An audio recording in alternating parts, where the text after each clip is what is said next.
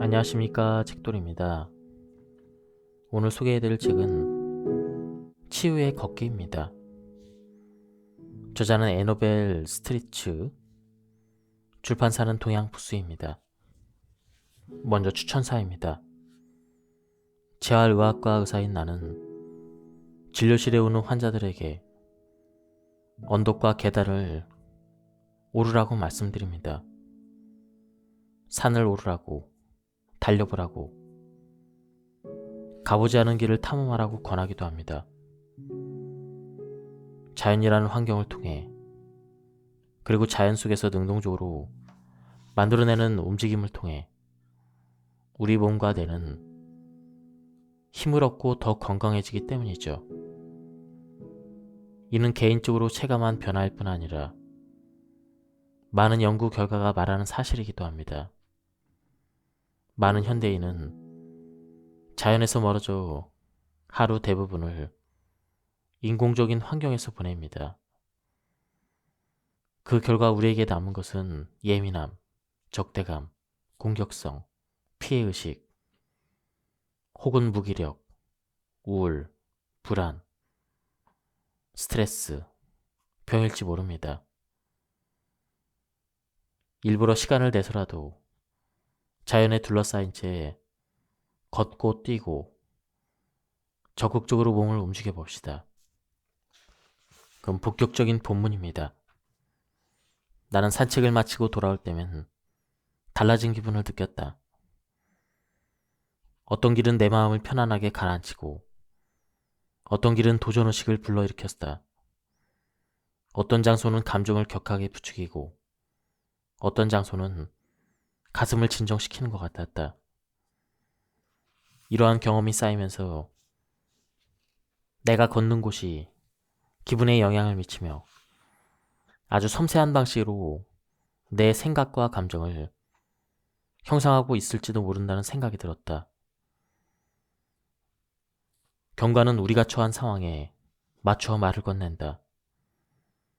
우리의 기분과 생각을 반영하고 복잡한 감정을 처리하는 촉매제 역할을 한다.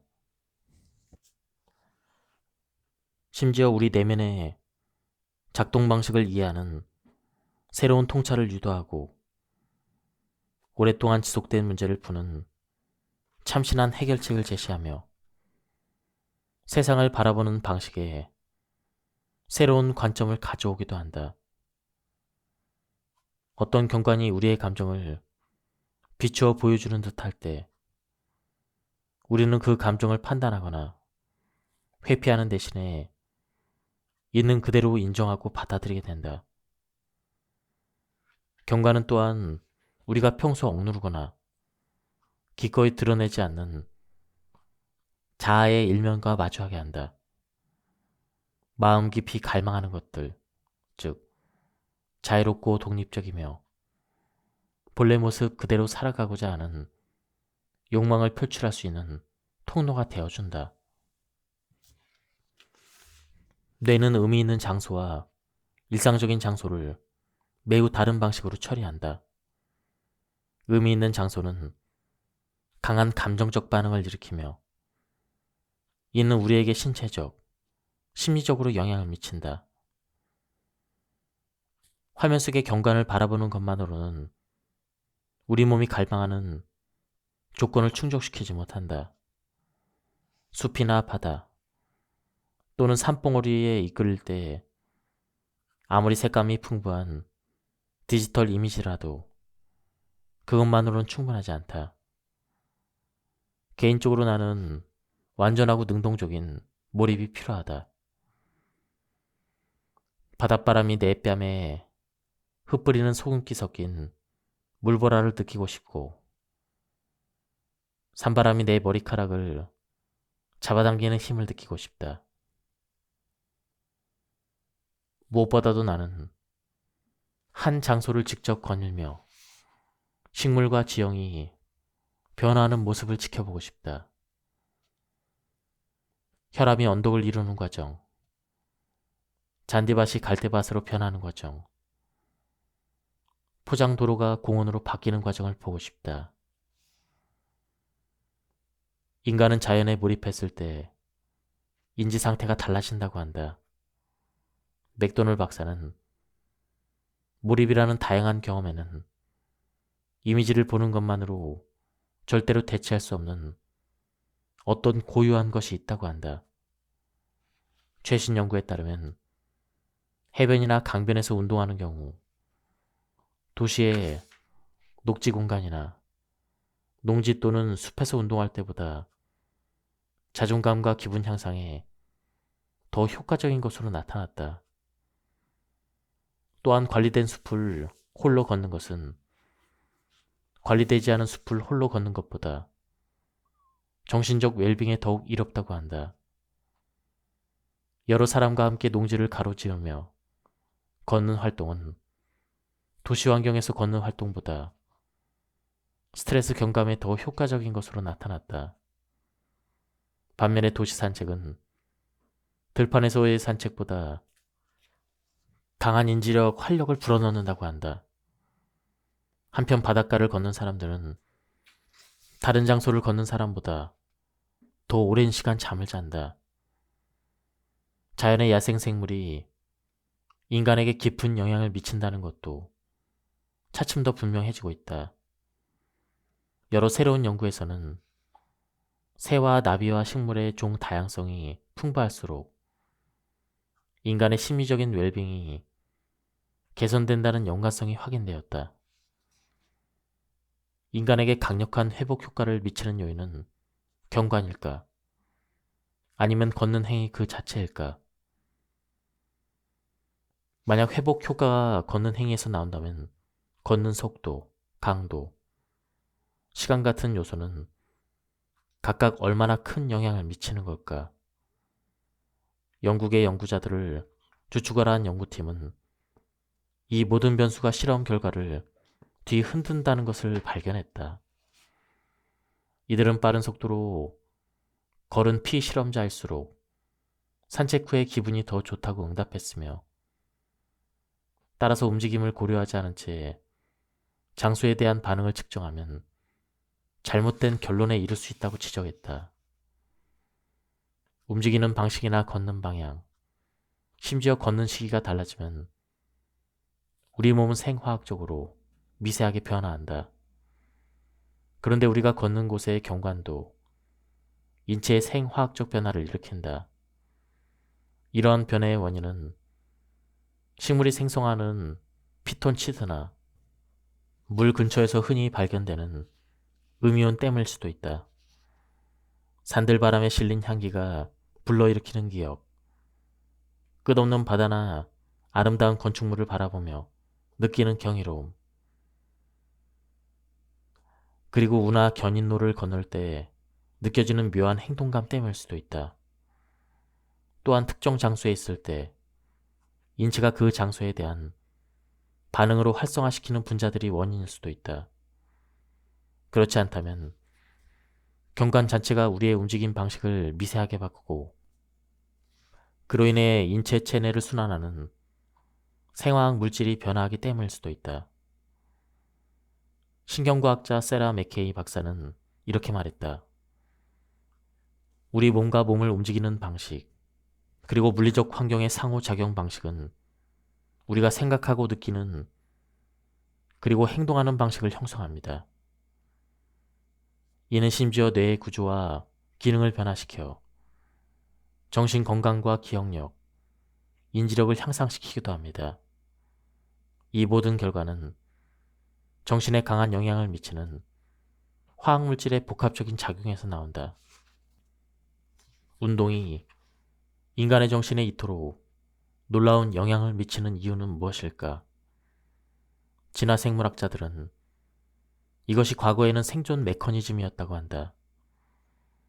우리가 위험에서 도망칠 때 뇌는 신체만큼 효율적으로 작동해야 했다. 쉽게 말해 자기 위치를 인식하고 피난처를 기억하며 나무에 올라갈지, 방향을 바꿀지, 돌을 집어들지, 속도를 높일지, 아니면 줄일지 재빨리 판단을 해야 했다. 효과적으로 탈출하기 위해서는 근육과 달리기 실력 못지않게 빠른 판단이 필요했던 것이다. 희망 분자는 또한 노력에 대한 보상으로 기분을 좋게 만들어서 우리가 위험을 견디고 생존하며 결코 포기하지 않도록 유도했다. 흥미롭게도 희망 분자로 가득한 상태는 인간이 현재 머무르는 곳에 더욱더 민감하게 반응하도록 준비시킬 수도 있다. 더욱 예민하게 냄새를 맡고 맛을 보고 소리를 명확하게 들으며 논리적으로 생각하게 하는 것이다. 그러면 우리는 내면에 갇히는 대신 주위에 장엄한 경관에 열린 마음을 가질 수가 있다. 희망 분자는 생리적 이익도 제공하는데 인체는 위험에서 달아날 때 하나의 강력한 기계처럼 작동을 하며 뼈대와 간, 근육 및 지방 조직, 장, 다양한 뇌 영역이 자연스럽게 신호를 주고받아야 하기 때문이다. 운동 중에 분비되는 엑서카인은 이러한 기관 간 소통이 일어나도록 돕는다. 날씨 또한 다른 교란 요인으로 작용한다. 연구에 따르면 진정 효과가 있다고 알려진 잔잔한 물은 감정 치유 효과가 흐린 날에 더욱 강하게 나타난다. 반면 탁 트이고 노출된 장소는 신체 활력의 회복 효과가 맑고 쾌청한 날에 더욱 강하게 나타난다. 한편 점점 더 많은 연구에서 공기의 질이 건강에 중요한 역할을 한다는 점이 밝혀지고 있다. 오염된 공기는 경관이 제공하는 신체적, 정신적 웰빙 증진 효과를 지속적으로 줘야 한다. 덴마크와 미국에서 발표된 보고서는 대기 오염과 우울증, 불안, 양극성 장애, 정신증, 자살 사이의 연관성을 제시했다. 연구자들은 대기 오염 물질이 뇌에 염증을 일으켜 뇌 기능 저하를 유발할 수 있으리라 추정한다. 그러므로 우리는 걷는 곳을 신중하게 선택을 해야 한다. 교통소음도 오염물질 못지않게 건강에 해로울 수 있으며 이는 2023년 홍콩에서 진행된 한 연구에서 분명하게 드러났다. 연구자들은 홍콩 시민이 소음 면역을 지니고 있으리라 기대했지만 실제로는 주거지 교통소음이 우울증 및 정신적 웰빙의 악화와 관련이 있다는 사실이 드러났다. 얼마나 오래 걸어야 할까? 한 연구에서는 20분만 걸어도 노년층의 우울감이 효과적으로 완화되는 것으로 드러났다. 그러나 이 연구 보고서의 저자는 오래 걸을수록 좋다라고 설명했다. 몇몇 연구는 우리가 걷는 방식이 경관에 따라 변화한다고 말한다. 이를테면 물가에서는 비교적 천천히 걷는 경향이 있다. 다른 장소로 이동할 때마다 자신의 보폭과 걷는 속도가 어떻게 변화하는지를 주의를 기울여보자. 걸음이 빨라지거나 느려지는가? 아니면 몸의 움직임이 달라지는가? 연구에 따르면 도시에 사는 사람들은 매주 약 2시간만 자연 속에서 보내도 녹색 공간의 이점을 충분히 누릴 수 있다고 한다. 이때 2시간을 한 번에 걷든 1시간씩 2번 나눠서 걷든 상관없다. 어쨌든 녹색 공간으로 가는 시간을 꼭 마련하자. 자연 산책은 부정적인 생각의 반출을 줄인다는 연구 결과가 있다. 한편 도시 산책은 우리에게 더 많은 활력을 준다고 알려져 있다. 혈압은 우리가 머무는 장소에 따라 변화한다. 추위나 고도, 소음, 대기오염 물질은 모두 혈압 상승을 유발할 수 있으며 이는 인체가 장소와 공간에 민감하게 반응한다는 것을 보여주는 또 다른 사례이다. 그러므로 우리는 어디를 걸을지를 신중하게 선택해야 한다. 1933년 캐나다 화가 에밀리 칸은 낡은 캠핑카를 구입해서 엘리펀트라 이름을 붙이고 깊고 고요한 숲을 찾아 떠났다. 카가 숲을 발견한 순간 그녀의 신과 평화에 대한 오랜 탐구는 마침내 끝을 맺었다. 카는 숲의 장엄함과 거룩함과 고요함은 내가 지금까지 경험한 가장 신성한 감정이었다라고 고백하며 다음과 같이 덧붙였다. 신은 이제 교회라는 좁은 틀에 답답하게 갇힌 존재가 되었다. 가는 숲에서 신을 새롭게 발견했다. 이 새로운 신은 마치 나무들 사이에서 살아 숨쉬는 숭고한 존재 같았다. 숲은 카에게 강렬히 솟구치는 창의력, 영적 감정, 이러한 것들의 원천이 되었고 역사상 가장 훌륭한 숲 그림으로 손꼽히는 작품에 영감을 주었다. 베토벤은 카보다 한 세기 앞서 그와 비슷한 경험을 하고 친구에게 야외로 나가 숲을 거닐 때면 아이디어가 저절로 떠오른다고 전했다. 베토벤에게 나무는 신성한 존재였다. 그는 1815년 편지에 숲과 나무, 바위는 인간이 갈망하는 응답을 되돌려 준다라고 썼는데 당시 베토벤은 진행성 청력 상실로 극심한 정신적인 고통과 슬픔에 시달리고 있었다. 그러나 숲을 산책하는 중에는 비참한 청력이 나를 괴롭히지 않는다라고 말했다. 카와 베토벤에 따르면 숲은 초월로 향하는 신비로운 관문이자 삶의 영적인 측면이 존재함을 상기시키는 곳이었다. 또한 숲은 창의 및 치유와 인식의 장소이기도 했다. 그렇다면 숲은 어째서 이토록 놀라운 치유력을 지니는 걸까? 최근 50대 남성 20명을 대상으로 한 연구가 있었습니다. 숲을 4시간 걷는 것이 도시를 걷는 것보다 세로토닌 수치를 유의미하게 증가시켰다는 결과가 도출되었죠. 연구진은 산림욕이 우울증 예방에 잠재적 효과가 있다는 것을 언급했습니다. 그렇다면 숲이 이처럼 강력한 치유 효과를 발휘하는 장소인 이유는 무엇일까요?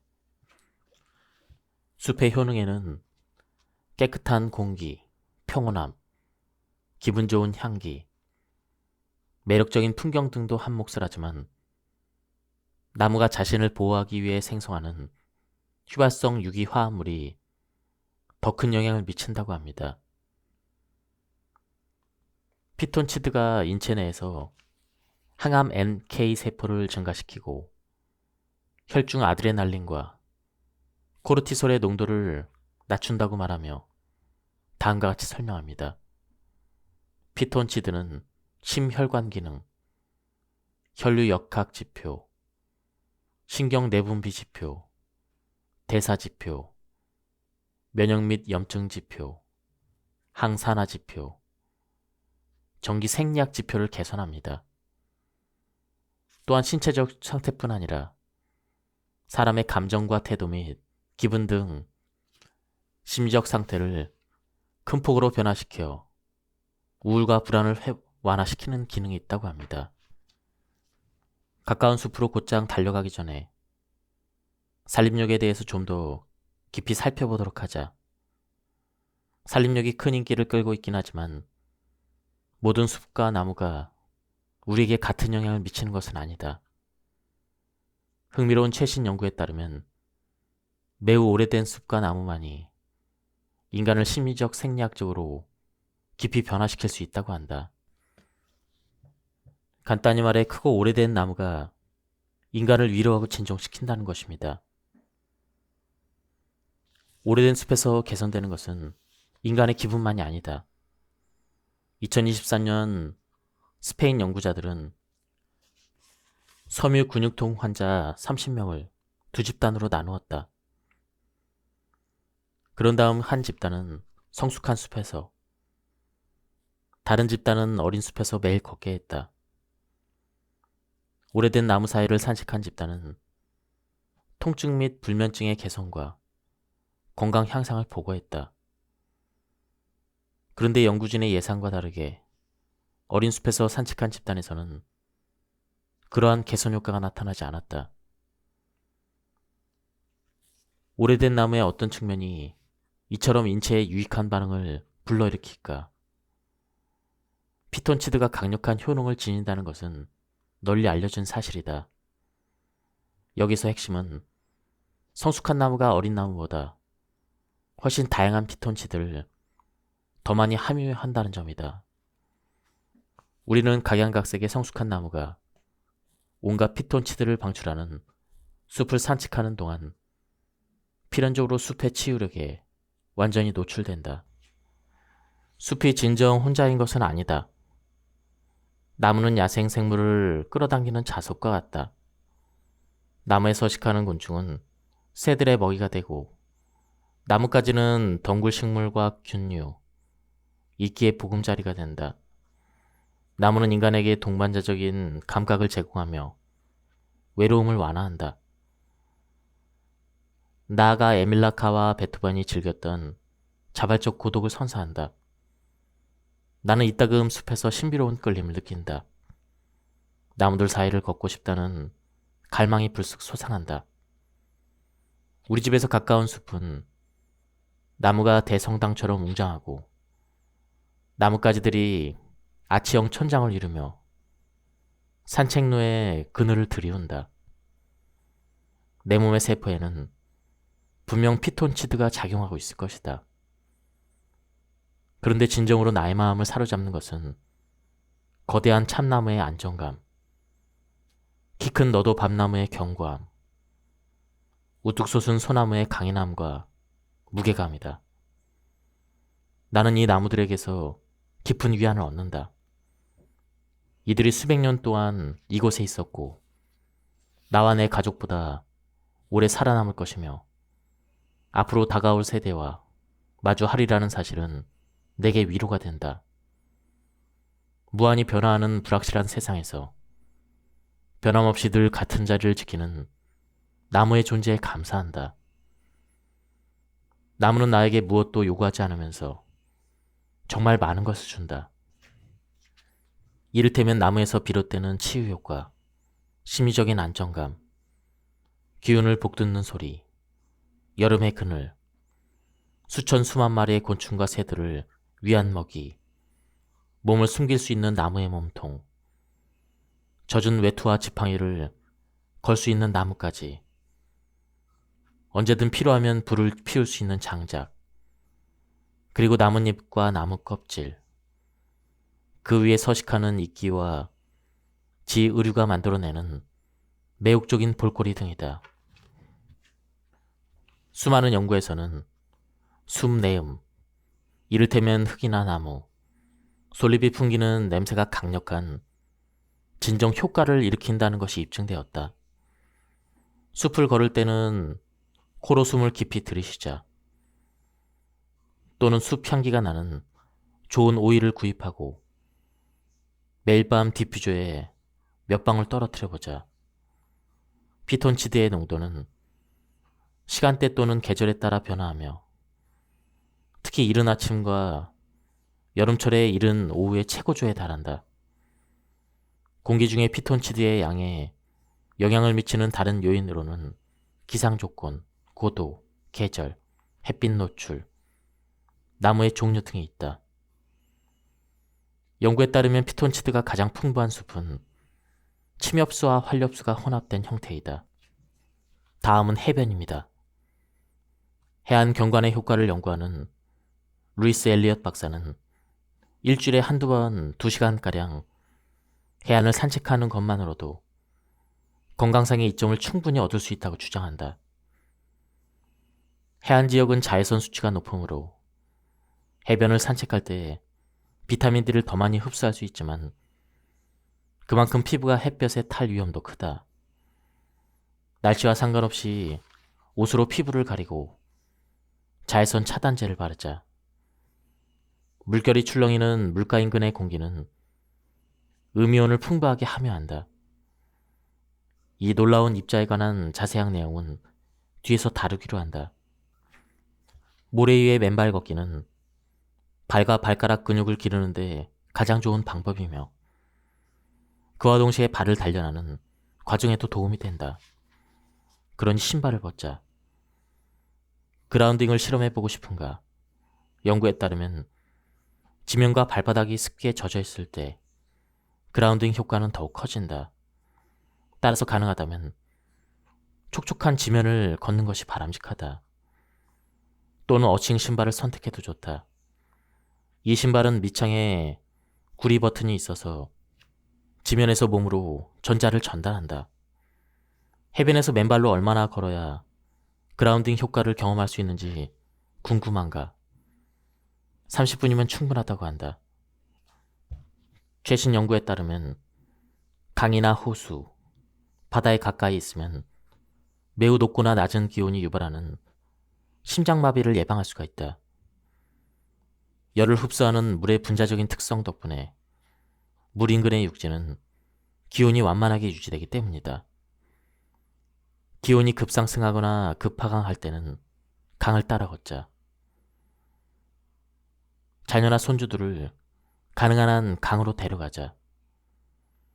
최신 연구에 따르면 어린 시절 꾸준히 파란색 공간에서 시간을 보낸 경험은 성인이 된 후에 정신건강 장애 발병률을 낮추는 경향이 있다. 강가에 얼마나 오래 있어야 마음이 편안해질까? 그리 오래 있지 않아도 된다. 실험에 따르면 뇌파가 알파 상태, 즉 인간이 깨어있는 경우 가장 편안한 상태로 전환되는데 단 3분이면 충분하다는 것이 밝혀졌다. 두 강이 만나는 합류점에 특히 주목하자. 이러한 지점은 한때 영적으로 의미 있게 여겨졌지만 오늘날에는 생태학적으로 인정받는다. 합류점은 물의 속도와 온도, 과학적 성질이 변하기 때문에 다양한 식물과 새, 곤충이 모여든다. 다음은 언덕 오르기입니다. 언덕 오르기는 신체 치유에 매우 도움이 되는 운동의 형태이다. 미국의 의학 연구진이 45만 명을 대상으로 계단 오르기 데이터를 분석하며 12년 넘게 추적한 결과 하루에 오르는 계단 수가 많을수록 관상동맥 질환이나 뇌졸중에 걸릴 확률이 줄어든다는 것이 밝혀졌다. 실제로 하루에 계단을 50개 이상 오르는 사람은 심장병에 걸릴 확률이 20% 낮았다. 왜 그럴까? 계단이나 경사로를 오르는 동안 우리 몸은 중력에 맞서 움직이기 때문이다. 이때 심장과 폐는 더욱 열심히 일해야 한다. 실제로 언덕 오르기는 평지 걷기보다 약 3배 많은 에너지를 사용한다. 게다가 언덕을 오르는 동안에는 평지를 걸을 때와는 다른 근육, 이를테면 코어 근육이나 허리 근육 등을 사용하므로 복부 지방 감량, 균형 감각 향상, 요추 건강에 특히 도움이 된다. 언덕 오르기만 이로운 것이 아니다. 언덕 내려오기도 마찬가지로 가치 있는 운동이다. 인체는 언덕을 내려갈 때 또 다른 근육을 사용하므로 언덕 걷기는 하체의 모든 근육을 자극하는 탁월한 방법이다. 최근에는 언덕 내려오기가 특히 뼈를 튼튼하게 만들어 노쇠 및 골다공증 예방에 도움이 된다고 밝혀졌다. 캐터리나 보로 박사는 걷기가 뼈의 건강에 어떤 영향을 미치는지 연구하고 빠른 걷기와 언덕 내려오기 모두 골밀도에 뚜렷한 영향을 미친다는 것을 발견했다. 언덕은 산과 달리 어디에나 있다. 언덕의 높이와 경사도는 산보다 덜 위험하다. 언덕을 오를 때는 특별한 장비도 필요 없다. 고소공포증이 있어도 괜찮다. 언덕은 진정으로 누구에게나 열려있다. 그런데 언덕에는 산과 마찬가지로 정상이 있다. 그래서 우리를 위로 그리고 앞으로 향하도록 조용히 재촉한다. 언덕 정상에 서면 우리의 몸과 마음 그리고 풍경은 잠시나마 하나로 연결되며 희망과 목표를 향해 나아가는 상승궤도에 놓이게 된다. 나는 도시 산책을 좋아한다. 낯선 이들과의 뜻밖의 만남을 좋아한다. 도시가 드러내는 변화무쌍한 모습들을 사랑한다. 새벽의 도시는 밤의 도시와 전혀 다르고 비나 눈이 내리는 날의 도시는 한여름의 도시와 전혀 다르다. 그리고 내게 불쑥 찾아오는 놀라움의 순간들을 사랑한다. 도시의 뒷골목과 새길, 한적한 술집과 작은 식당, 구석진 시장과 숨겨진 건축물, 콘크리트 틈새에서 피어나는 잡초와 마주치는 순간들 말이다. 이들이 우리를 지치고 혼란한 마음을 항상 달래주지는 못하지만 좋은 도시란 인간의 감각을 일깨우며 활력을 불어넣는 곳이어야 한다. 그래서 나는 지루하거나 불안할 때, 무기력에서 벗어나고 싶을 때 도시를 향한다. 내가 누구이며 어떤 상태인지조차 신경 쓰지 않게 될 만큼 완전히 몰입하고 싶을 때면 도시로 향한다. 홀로 걷고 싶지만 외롭지 않고 싶을 때면 도시로 향한다. 인간이라는 종과 깊은 연결감을 느끼고 싶을 때면 도시로 향한다. 도시에서는 인간 동료들이 이루어낸 가장 탁월한 업적들 사이를 거닐 수가 있다. 도시야말로 인간이 공유하는 창의성과 독창성이 가장 선명하게 드러나는 공간이기 때문이다. 도시 공간은 생기와 활력이 넘치지만 그 속에서 예상외로 친숙하고 안정된 분위기가 느껴지기도 한다. 도시는 보통 길을 찾기 쉬운 구조이며 주위에 언제나 사람들이 많은 덕분이다. 걷기에서 사실상 가장 중요한 것은 우리가 얼마나 안전하다고 느끼냐이다. 브리스톨 대학교 연구진이 도시와 시골 지역에서 걷는 사람들의 걸음걸이를 분석한 결과 두 집단 모두 불편함을 느낄수록 걸음걸이가 더 조심스럽고 불안정하게 변했다. 이러한 걸음걸이 변화는 도시 산책에서나 자연 산책에서나 똑같이 나타났다. 심리학자 다리아 버타는 우리가 안전하고 편안하게 느끼는 환경은 뇌 정보 처리의 부담을 적게 준다고 설명했다. 뇌에 가해지는 부담이 적을 때 인간은 주변의 사소한 대상에도 집중하며 온전히 걷기를 즐길 수 있는 인지적 시간과 공간을 얻게 된다. 도시 산책의 즐거움에는 수많은 소리에 귀를 기울이고 다양한 냄새를 맡는 것은 물론 사람과 가게 구경, 박물관 방문까지 포함된다.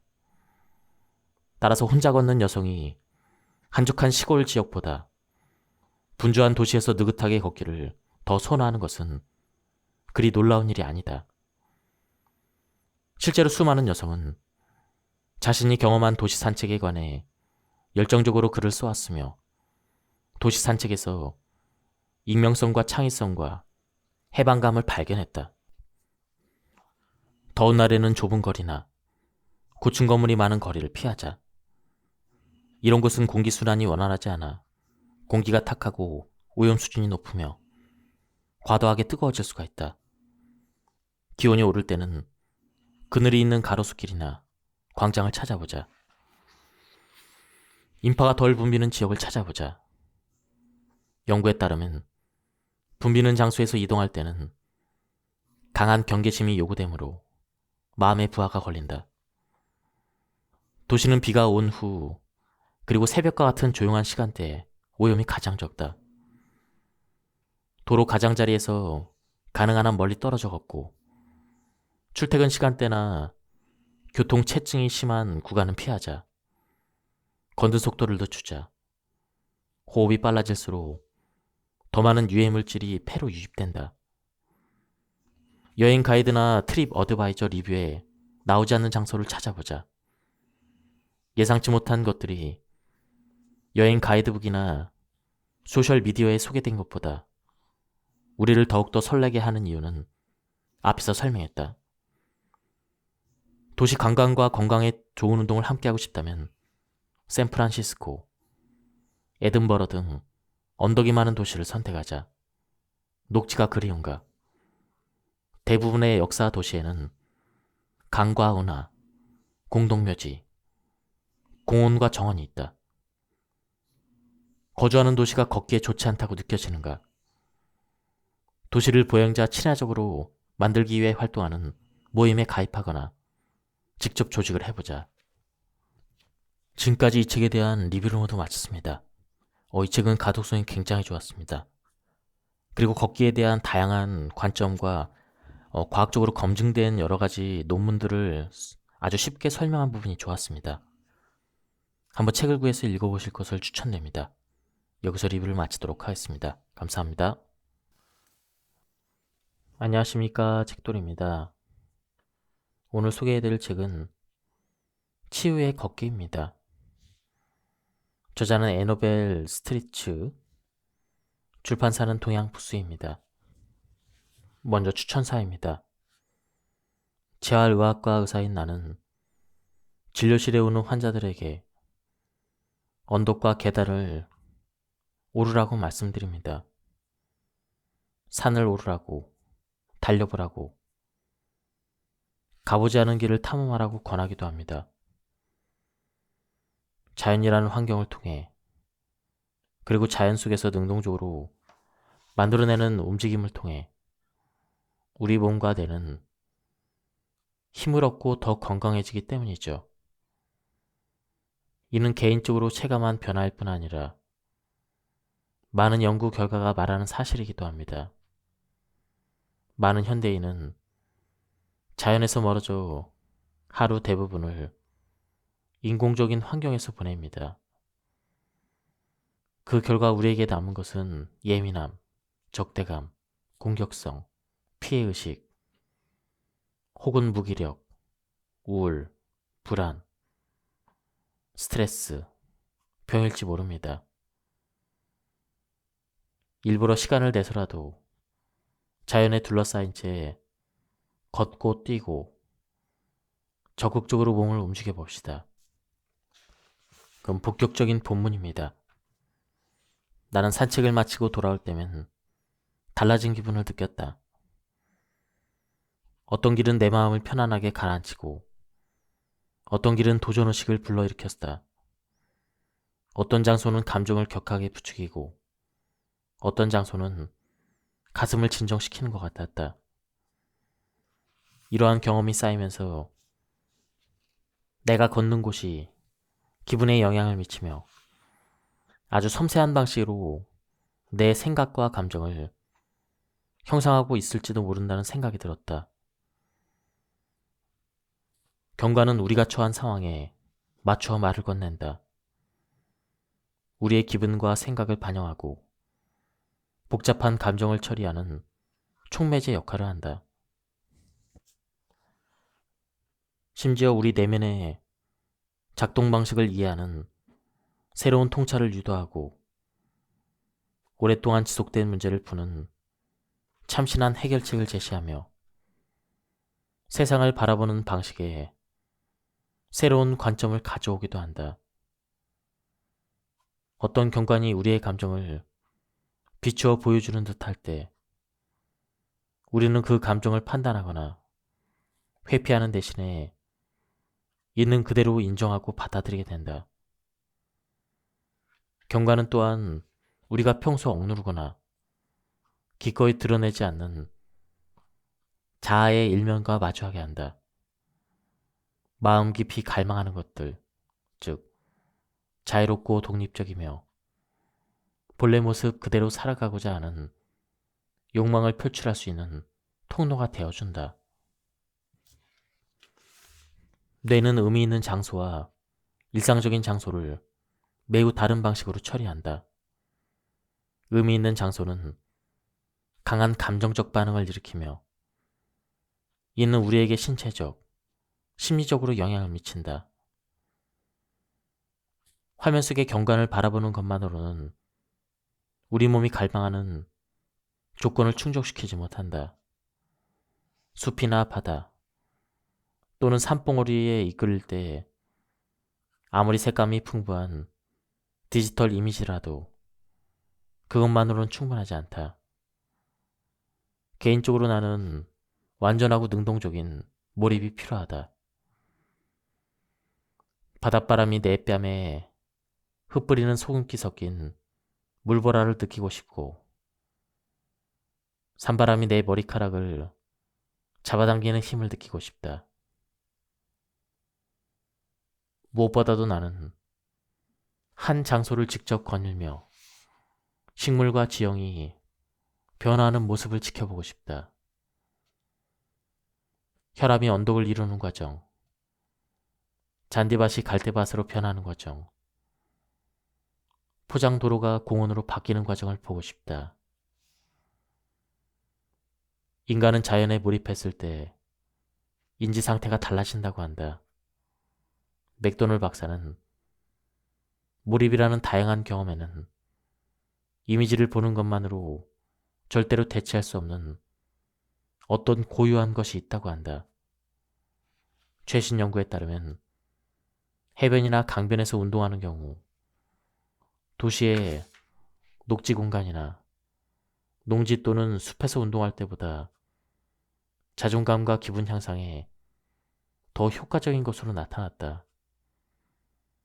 또한 관리된 숲을 홀로 걷는 것은 관리되지 않은 숲을 홀로 걷는 것보다 정신적 웰빙에 더욱 이롭다고 한다.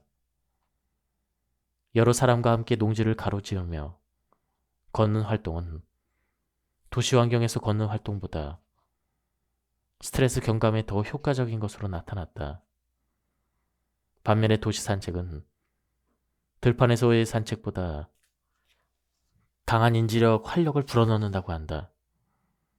한편 바닷가를 걷는 사람들은 다른 장소를 걷는 사람보다 더 오랜 시간 잠을 잔다. 자연의 야생생물이 인간에게 깊은 영향을 미친다는 것도 차츰 더 분명해지고 있다. 여러 새로운 연구에서는 새와 나비와 식물의 종 다양성이 풍부할수록 인간의 심리적인 웰빙이 개선된다는 연관성이 확인되었다. 인간에게 강력한 회복 효과를 미치는 요인은 경관일까? 아니면 걷는 행위 그 자체일까? 만약 회복 효과가 걷는 행위에서 나온다면 걷는 속도, 강도, 시간 같은 요소는 각각 얼마나 큰 영향을 미치는 걸까? 영국의 연구자들을 주축하라 한 연구팀은 이 모든 변수가 실험 결과를 뒤흔든다는 것을 발견했다. 이들은 빠른 속도로 걸은 피실험자일수록 산책 후에 기분이 더 좋다고 응답했으며, 따라서 움직임을 고려하지 않은 채 장소에 대한 반응을 측정하면 잘못된 결론에 이를 수 있다고 지적했다. 움직이는 방식이나 걷는 방향, 심지어 걷는 시기가 달라지면 우리 몸은 생화학적으로 미세하게 변화한다. 그런데 우리가 걷는 곳의 경관도 인체의 생화학적 변화를 일으킨다. 이러한 변화의 원인은 식물이 생성하는 피톤치드나 물 근처에서 흔히 발견되는 음이온 댐일 수도 있다. 산들바람에 실린 향기가 불러일으키는 기억, 끝없는 바다나 아름다운 건축물을 바라보며 느끼는 경이로움, 그리고 우나 견인로를 건널 때 느껴지는 묘한 행동감 때문일 수도 있다.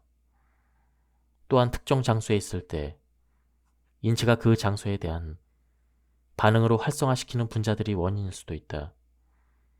그렇지 않다면 경관 자체가 우리의 움직임 방식을 미세하게 바꾸고 그로 인해 인체 체내를 순환하는 생화학 물질이 변화하기 때문일 수도 있다. 신경과학자 세라 맥케이 박사는 이렇게 말했다. 우리 몸과 몸을 움직이는 방식, 그리고 물리적 환경의 상호작용 방식은 우리가 생각하고 느끼는 그리고 행동하는 방식을 형성합니다. 이는 심지어 뇌의 구조와 기능을 변화시켜 정신 건강과 기억력, 인지력을 향상시키기도 합니다. 이 모든 결과는 정신에 강한 영향을 미치는 화학물질의 복합적인 작용에서 나온다. 운동이 인간의 정신에 이토록 놀라운 영향을 미치는 이유는 무엇일까? 진화 생물학자들은 이것이 과거에는 생존 메커니즘이었다고 한다. 우리가 위험에서 도망칠 때 뇌는 신체만큼 효율적으로 작동해야 했다. 쉽게 말해 자기 위치를 인식하고 피난처를 기억하며 나무에 올라갈지, 방향을 바꿀지, 돌을 집어들지, 속도를 높일지, 아니면 줄일지 재빨리 판단을 해야 했다. 효과적으로 탈출하기 위해서는 근육과 달리기 실력 못지않게 빠른 판단이 필요했던 것이다. 희망 분자는 또한 노력에 대한 보상으로 기분을 좋게 만들어서 우리가 위험을 견디고 생존하며 결코 포기하지 않도록 유도했다. 흥미롭게도 희망 분자로 가득한 상태는 인간이 현재 머무르는 곳에 더욱더 민감하게 반응하도록 준비시킬 수도 있다. 더욱 예민하게 냄새를 맡고 맛을 보고 소리를 명확하게 들으며 논리적으로 생각하게 하는 것이다. 그러면 우리는 내면에 갇히는 대신 주위에 장엄한 경관에 열린 마음을 가질 수가 있다. 희망 분자는 생리적 이익도 제공하는데 인체는 위험에서 달아날 때 하나의 강력한 기계처럼 작동을 하며 뼈대와 간, 근육 및 지방 조직, 장, 다양한 뇌 영역이 자연스럽게 신호를 주고받아야 하기 때문이다. 운동 중에 분비되는 엑서카인은 이러한 기관 간 소통이 일어나도록 돕는다. 날씨 또한 다른 교란 요인으로 작용한다. 연구에 따르면 진정 효과가 있다고 알려진 잔잔한 물은 감정 치유 효과가 흐린 날에 더욱 강하게 나타난다. 반면 탁 트이고 노출된 장소는 신체 활력의 회복 효과가 맑고 쾌초한 날에 더욱 강하게 나타난다. 한편 점점 더 많은 연구에서 공기의 질이 건강에 중요한 역할을 한다는 점이 밝혀지고 있다. 오염된 공기는 경관이 제공하는 신체적, 정신적 웰빙 증진 효과를 지속적으로 줘야 한다. 덴마크와 미국에서 발표된 보고서는 대기 오염과 우울증, 불안, 양극성 장애, 정신증, 자살 사이의 연관성을 제시했다. 연구자들은 대기 오염 물질이 뇌의 염증을 일으켜 뇌 기능 저하를 유발할 수 있으리라 추정한다. 그러므로 우리는 걷는 곳을 신중하게 선택을 해야 한다. 교통소음도 오염물질 못지않게 건강에 해로울 수 있으며 이는 2023년 홍콩에서 진행된 한 연구에서 분명하게 드러났다. 연구자들은 홍콩 시민이 소음 면역을 지니고 있으리라 기대했지만 실제로는 주거지 교통소음이 우울증 및 정신적 웰빙의 악화와 관련이 있다는 사실이 드러났다. 얼마나 오래 걸어야 할까? 한 연구에서는 20분만 걸어도 노년층의 우울감이 효과적으로 완화되는 것으로 드러났다. 그러나 이 연구 보고서의 저자는 오래 걸을수록 좋다라고 설명했다. 몇몇 연구는 우리가 걷는 방식이 경관에 따라 변화한다고 말한다. 이를테면 물가에서는 비교적 천천히 걷는 경향이 있다. 다른 장소로 이동할 때마다 자신의 보폭과 걷는 속도가 어떻게 변화하는지를 주의를 기울여보자. 걸음이 빨라지거나 느려지는가, 아니면 몸의 움직임이 달라지는가. 연구에 따르면 도시에 사는 사람들은 매주 약 2시간만 자연 속에서 보내도 녹색 공간의 이점을 충분히 누릴 수 있다고 한다. 이때 2시간을 한 번에 걷든 1시간씩 2번 나눠서 걷든 상관없다. 어쨌든 녹색 공간으로 가는 시간을 꼭 마련하자. 자연 산책은 부정적인 생각의 반출을 줄인다는 연구 결과가 있다. 한편 도시 산책은 우리에게 더 많은 활력을 준다고 알려져 있다. 혈압은 우리가 머무는 장소에 따라 변화한다. 추위나 고도, 소음, 대기오염 물질은 모두 혈압 상승을 유발할 수 있으며 이는 인체가 장소와 공간에 민감하게 반응한다는 것을 보여주는 또 다른 사례이다. 그러므로 우리는 어디를 걸을지를 신중하게 선택해야 한다. 1933년 캐나다 화가 에밀리 칸은 낡은 캠핑카를 구입해서 엘리펀트라 이름을 붙이고 깊고 고요한 숲을 찾아 떠났다. 카가 숲을 발견한 순간 그녀의 신과 평화에 대한 오랜 탐구는 마침내 끝을 맺었다. 칸은 숲의 장엄함과 거룩함과 고요함은 내가 지금까지 경험한 가장 신성한 감정이었다라고 고백하며 다음과 같이 덧붙였다. 신은 이제 교회라는 좁은 틀에 답답하게 갇힌 존재가 되었다. 가는 숲에서 신을 새롭게 발견했다. 이 새로운 신은 마치 나무들 사이에서 살아 숨쉬는 숭고한 존재 같았다.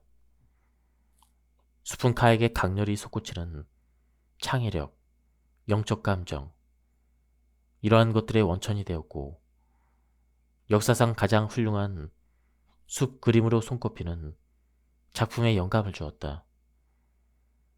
베토벤은 카보다 한 세기 앞서 그와 비슷한 경험을 하고 친구에게 야외로 나가 숲을 거닐 때면 아이디어가 저절로 떠오른다고 전했다. 베토벤에게 나무는 신성한 존재였다.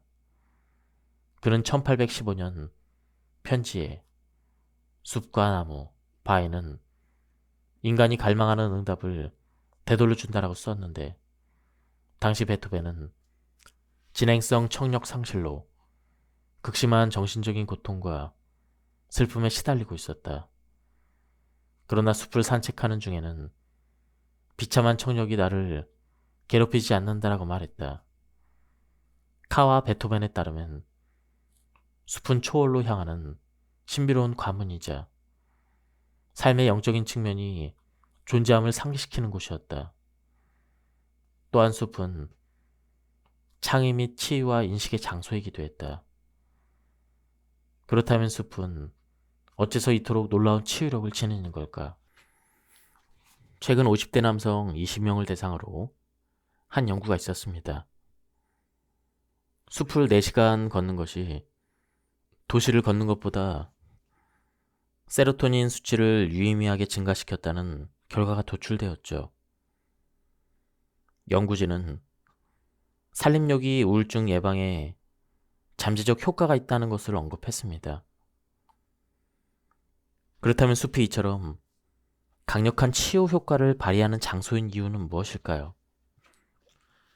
숲의 효능에는 깨끗한 공기, 평온함, 기분 좋은 향기, 매력적인 풍경 등도 한 몫을 하지만 나무가 자신을 보호하기 위해 생성하는 휘발성 유기 화합물이 더 큰 영향을 미친다고 합니다. 피톤치드가 인체 내에서 항암 NK 세포를 증가시키고 혈중 아드레날린과 코르티솔의 농도를 낮춘다고 말하며 다음과 같이 설명합니다.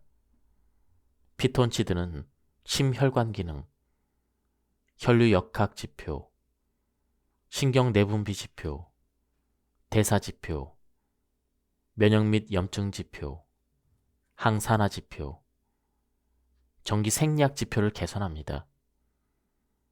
또한 신체적 상태뿐 아니라 사람의 감정과 태도 및 기분 등 심리적 상태를 큰 폭으로 변화시켜 우울과 불안을 완화시키는 기능이 있다고 합니다.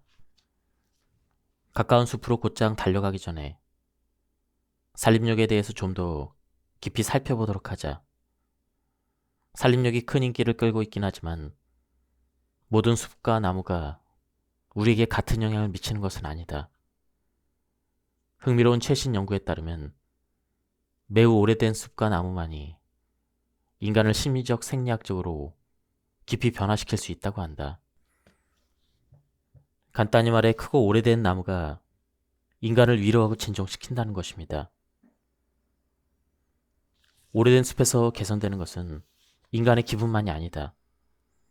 2023년 스페인 연구자들은 섬유 근육통 환자 30명을 두 집단으로 나누었다. 그런 다음 한 집단은 성숙한 숲에서, 다른 집단은 어린 숲에서 매일 걷게 했다. 오래된 나무 사이를 산책한 집단은 통증 및 불면증의 개선과 건강 향상을 보고했다. 그런데 연구진의 예상과 다르게 어린 숲에서 산책한 집단에서는 그러한 개선 효과가 나타나지 않았다.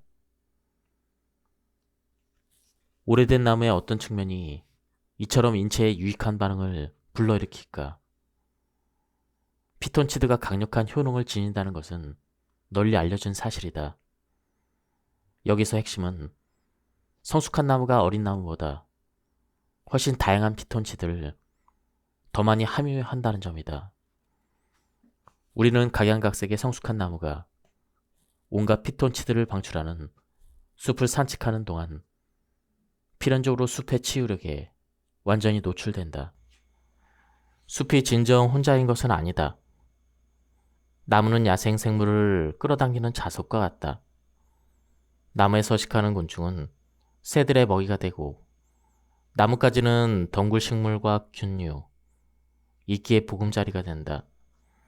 나무는 인간에게 동반자적인 감각을 제공하며 외로움을 완화한다. 나아가 에밀라카와 베토벤이 즐겼던 자발적 고독을 선사한다. 나는 이따금 숲에서 신비로운 끌림을 느낀다. 나무들 사이를 걷고 싶다는 갈망이 불쑥 솟아난다. 우리 집에서 가까운 숲은 나무가 대성당처럼 웅장하고 나뭇가지들이 아치형 천장을 이루며 산책로에 그늘을 들이운다. 내 몸의 세포에는 분명 피톤치드가 작용하고 있을 것이다. 그런데 진정으로 나의 마음을 사로잡는 것은 거대한 참나무의 안정감, 키 큰 너도 밤나무의 견고함, 우뚝 솟은 소나무의 강인함과 무게감이다. 나는 이 나무들에게서 깊은 위안을 얻는다. 이들이 수백 년 동안 이곳에 있었고 나와 내 가족보다 오래 살아남을 것이며 앞으로 다가올 세대와 마주하리라는 사실은 내게 위로가 된다. 무한히 변화하는 불확실한 세상에서 변함없이 늘 같은 자리를 지키는 나무의 존재에 감사한다. 나무는 나에게 무엇도 요구하지 않으면서 정말 많은 것을 준다.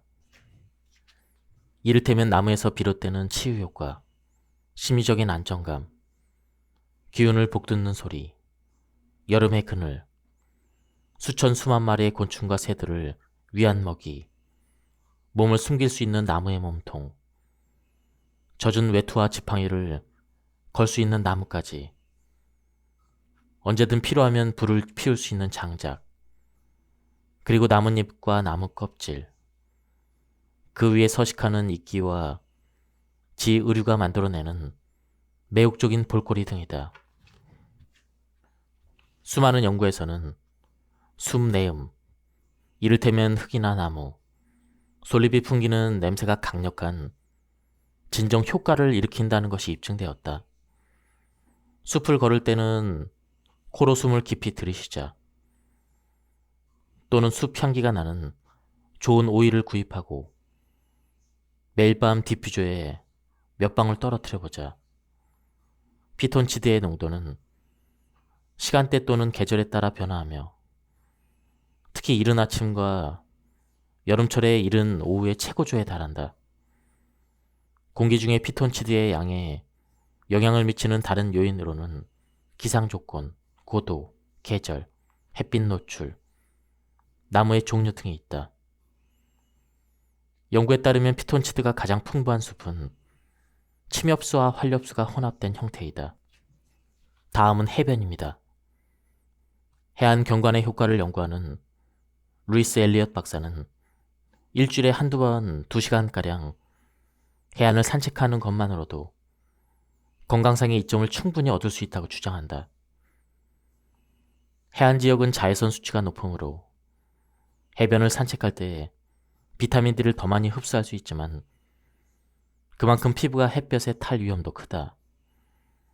날씨와 상관없이 옷으로 피부를 가리고 자외선 차단제를 바르자. 물결이 출렁이는 물가 인근의 공기는 음이온을 풍부하게 함유한다. 이 놀라운 입자에 관한 자세한 내용은 뒤에서 다루기로 한다. 모래 위의 맨발 걷기는 발과 발가락 근육을 기르는데 가장 좋은 방법이며 그와 동시에 발을 단련하는 과정에도 도움이 된다. 그러니 신발을 벗자. 그라운딩을 실험해보고 싶은가? 연구에 따르면 지면과 발바닥이 습기에 젖어 있을 때 그라운딩 효과는 더욱 커진다.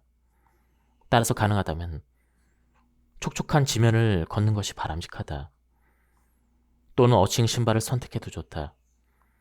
이 신발은 밑창에 구리 버튼이 있어서 지면에서 몸으로 전자를 전달한다. 해변에서 맨발로 얼마나 걸어야 그라운딩 효과를 경험할 수 있는지 궁금한가? 30분이면 충분하다고 한다. 최신 연구에 따르면 강이나 호수, 바다에 가까이 있으면 매우 높거나 낮은 기온이 유발하는 심장마비를 예방할 수가 있다. 열을 흡수하는 물의 분자적인 특성 덕분에 물 인근의 육지는 기온이 완만하게 유지되기 때문이다. 기온이 급상승하거나 급하강할 때는 강을 따라 걷자. 자녀나 손주들을 가능한 한 강으로 데려가자. 최신 연구에 따르면 어린 시절 꾸준히 파란색 공간에서 시간을 보낸 경험은 성인이 된 후에 정신건강 장애 발병률을 낮추는 경향이 있다. 강가에 얼마나 오래 있어야 마음이 편안해질까? 그리 오래 있지 않아도 된다.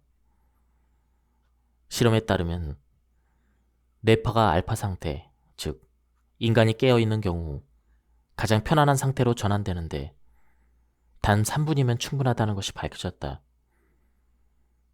두 강이 만나는 합류점에 특히 주목하자.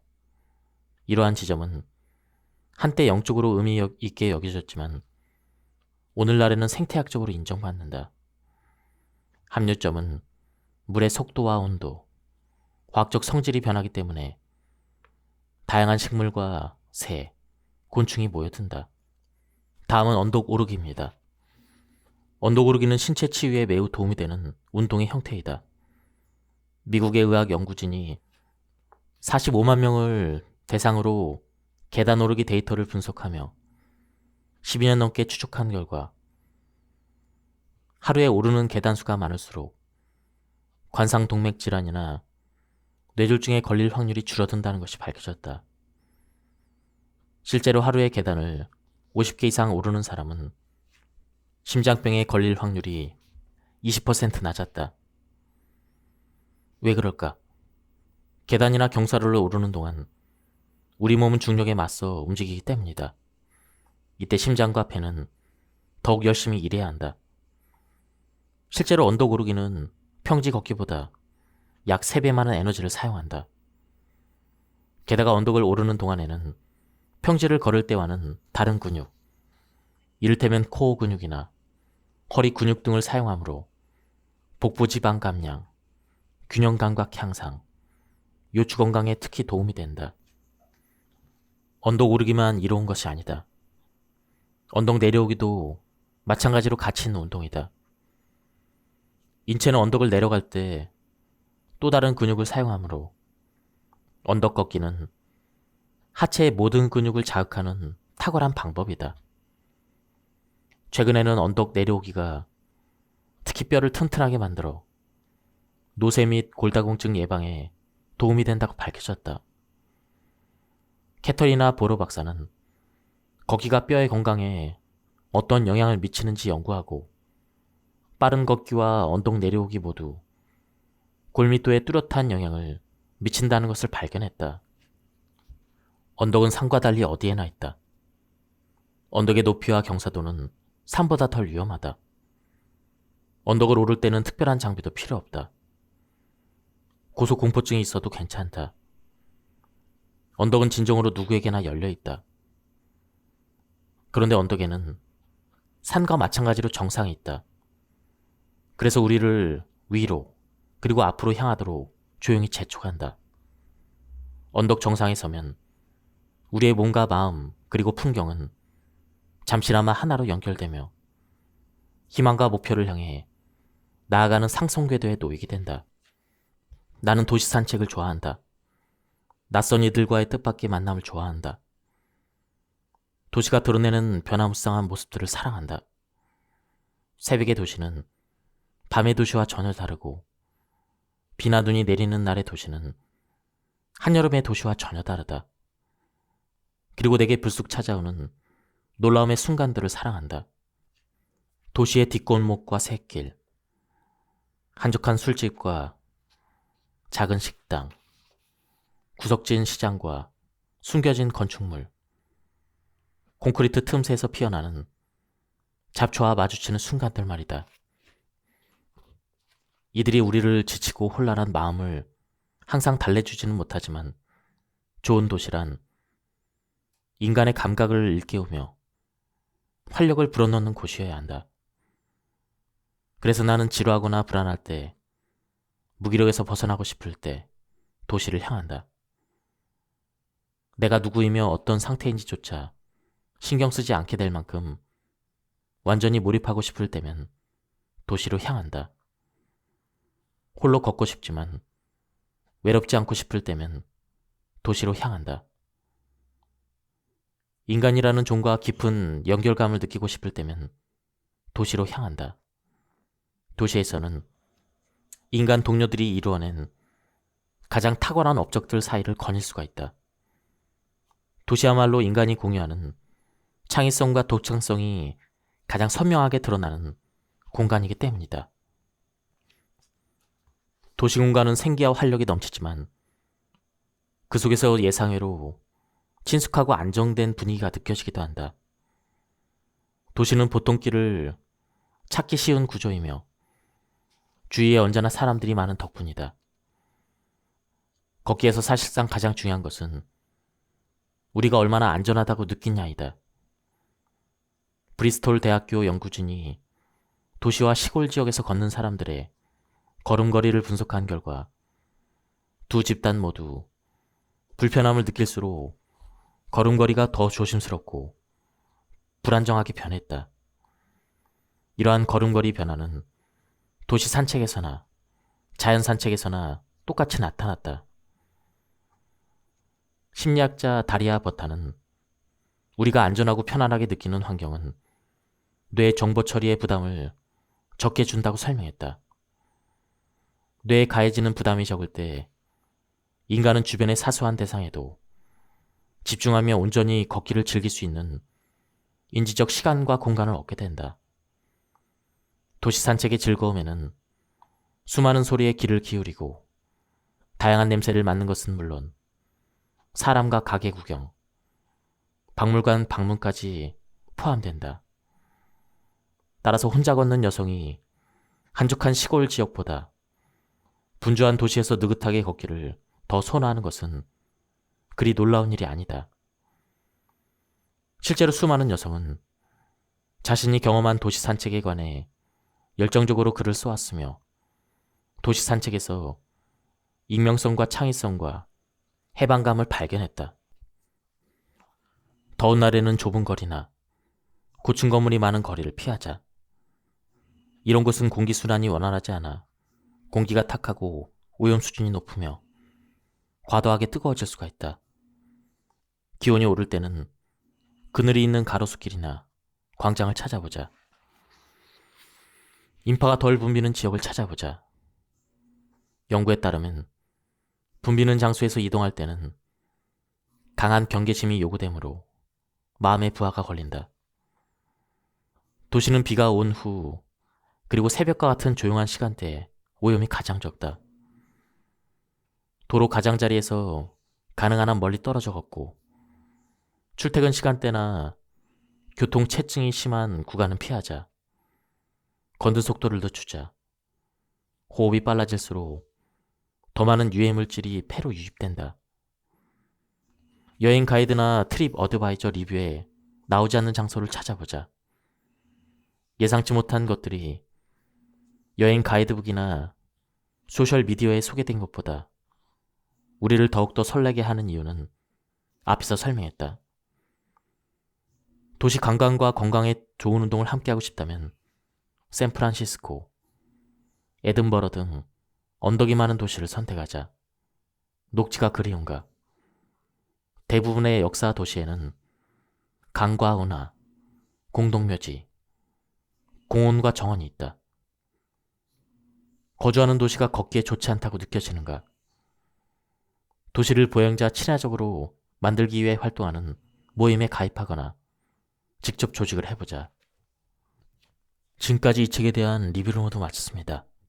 이 책은 가독성이 굉장히 좋았습니다. 그리고 걷기에 대한 다양한 관점과 과학적으로 검증된 여러 가지 논문들을 아주 쉽게 설명한 부분이 좋았습니다. 한번 책을 구해서 읽어보실 것을 추천드립니다. 여기서 리뷰를 마치도록 하겠습니다. 감사합니다.